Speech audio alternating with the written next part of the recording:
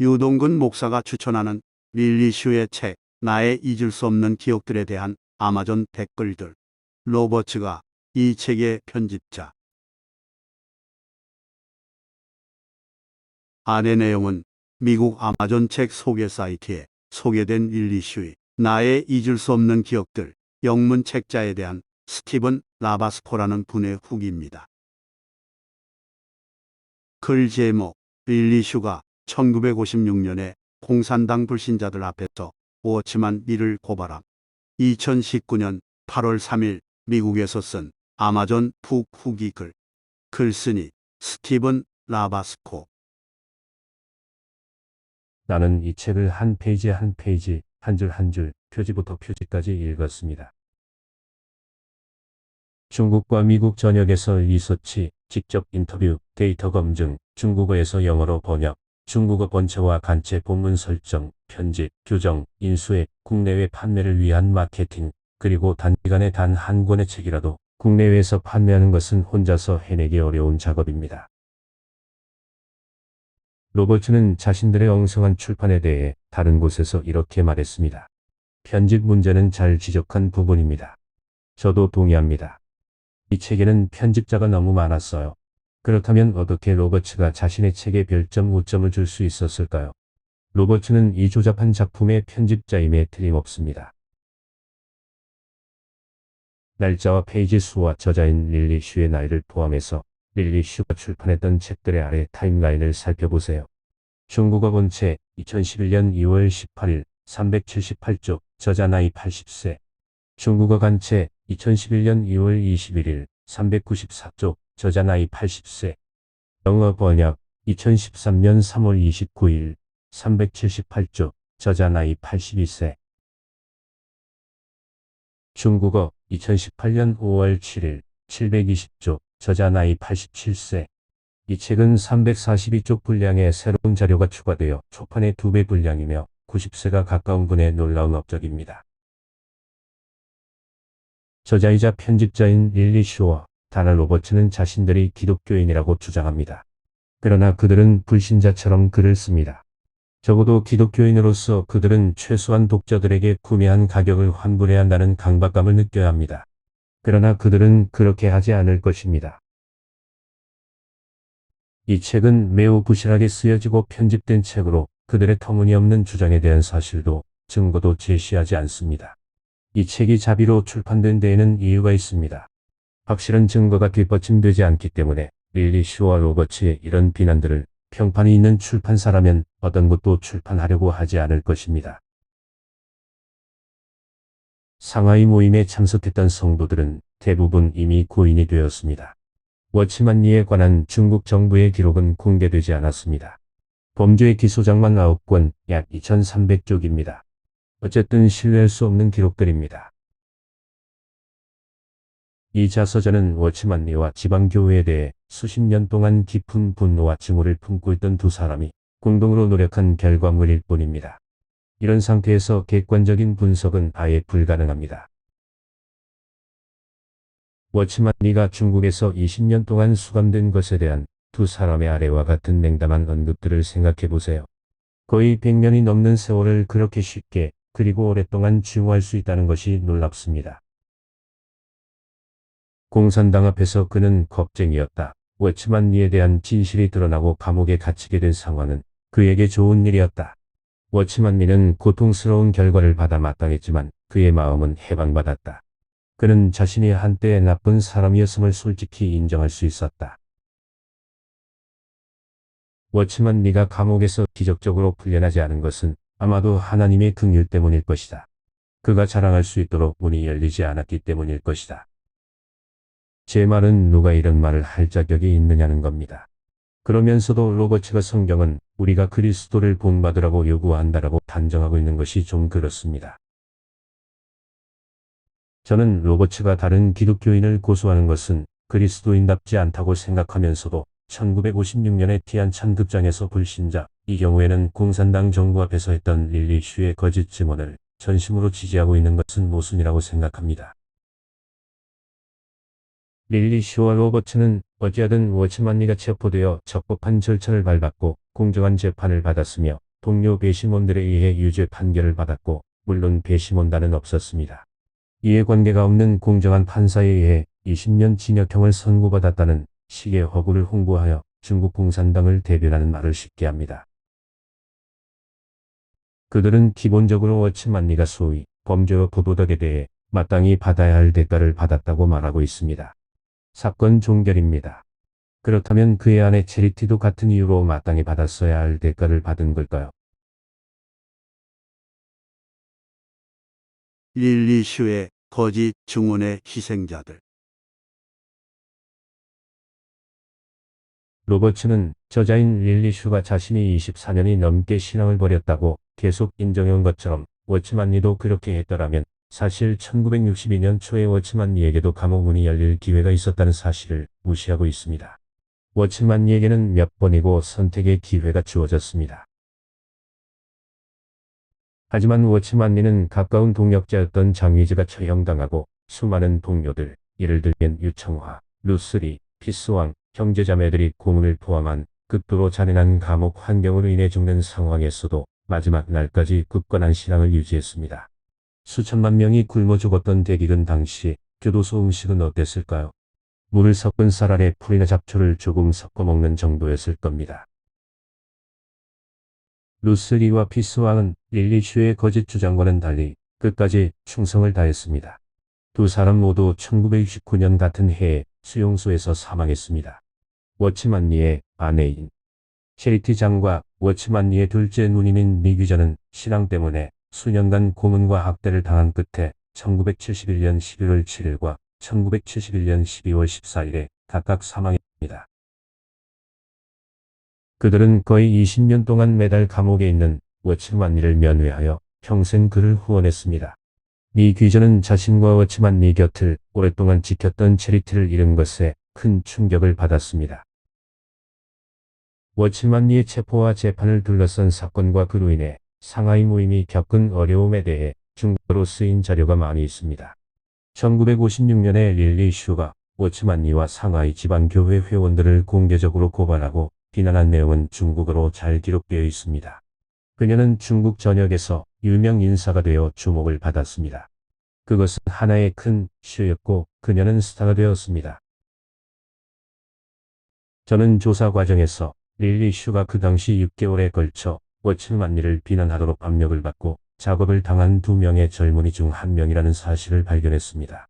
릴리 슈가 워치만리에 대해 억눌린 불만이 있었을지 모르나 두 사람이 서로 알거나 대화를 나눴다는 증거는 전혀 없습니다.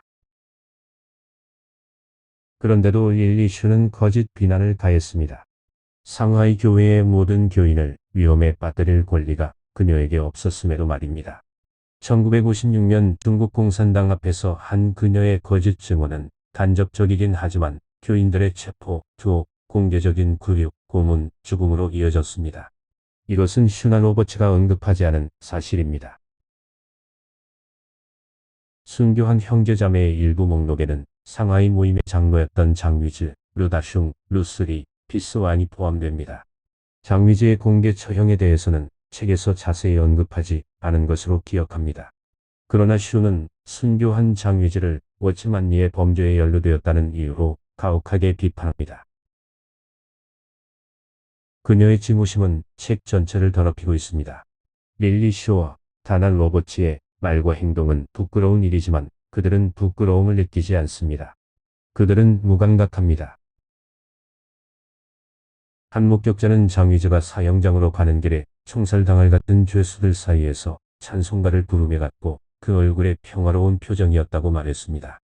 다른 수감자들은 개구리 행진을 하거나 트럭을 타고 죽음을 향해 거리를 행진할 때 모두 공포에 질린 표정을 짓고 있었다고 합니다.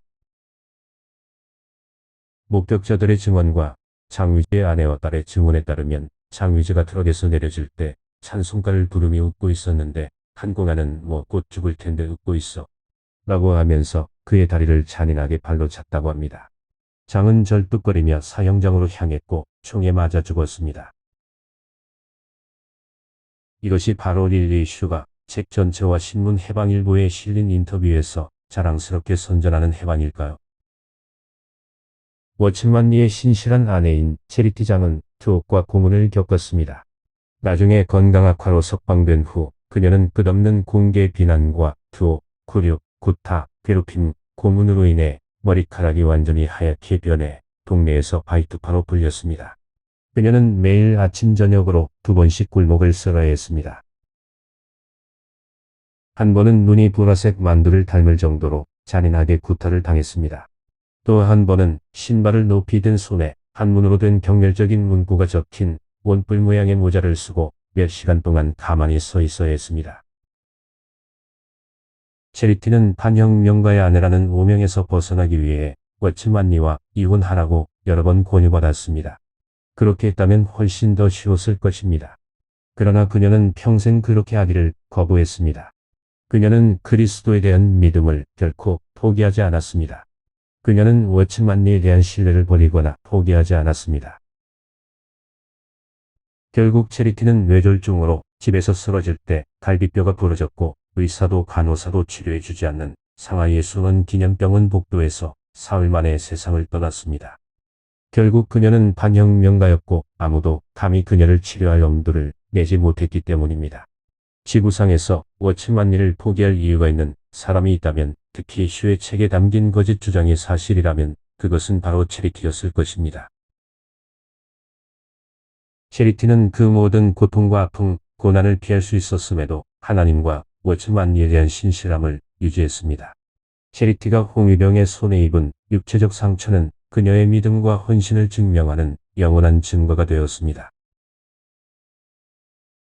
워츠만 리의 누님인 리 귀전 역시 수년 동안 엄청난 고통을 겪었는데, 특히 나중에 홍위병들이 수시로 집을 뒤져 벽을 부수고 장판을 뜯어내며 밀수품을 찾아 헤매는 바람에 엄청난 고통을 겪었습니다.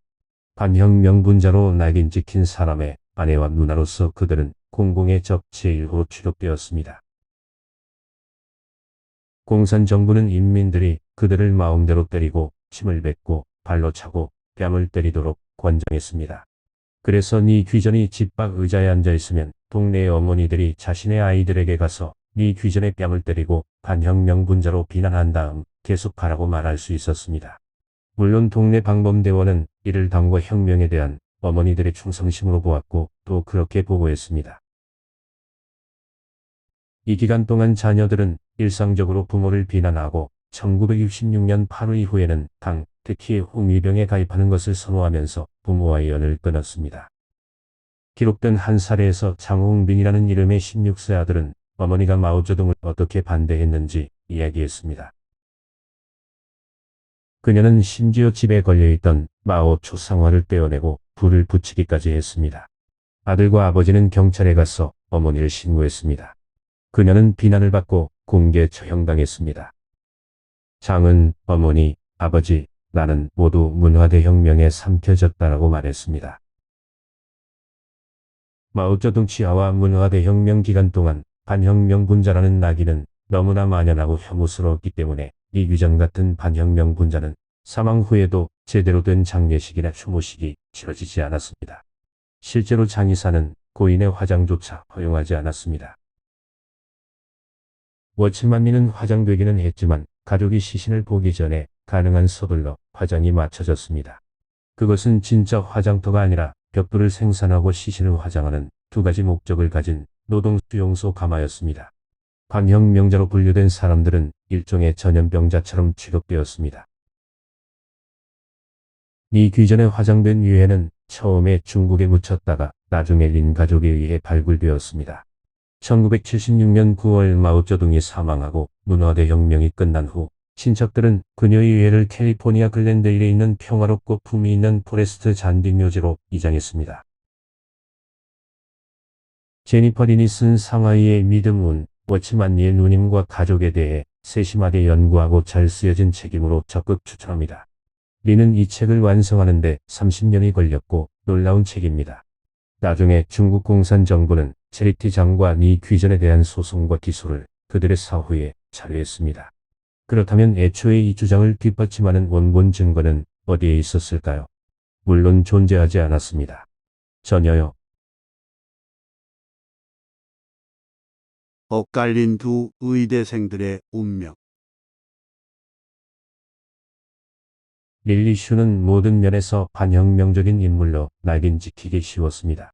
그녀는 반혁명의 모든 요소를 갖추고 있었으니까요. 결국 그녀의 아버지는 국민당이 통치하는 대만으로 도망자 신세로 도망쳤습니다. 그녀가 자신이 한탄하는 이혼한 가족 배경으로 인해 결국 중국 공산당에서 배제된 처지였지만 다른 많은 사람들과 달리 고문, 죽음이라는 반혁명적 운명을 어떻게 피할 수 있었는지 묻지 않을 수 없습니다. 그녀는 자신이 상하이 모임에서 청년 지도자로서 가장 중요한 인물인 것처럼 거짓으로 묘사하고 있습니다. 그녀는 워치만 리가 어디에 있는지, 어디에 있어야 하는지, 그가 무엇을 하고 있었는지 등 알려지지 않은 부분까지 다 알고 있는 것처럼 보입니다. 마치 마법을 부리듯 릴리 슈는 워치만 리의 가장 깊은 속마음과 그가 보이지 않을 때 무엇을 했는지까지 알고 있습니다. 얼마나 기괴하고 오만합니까?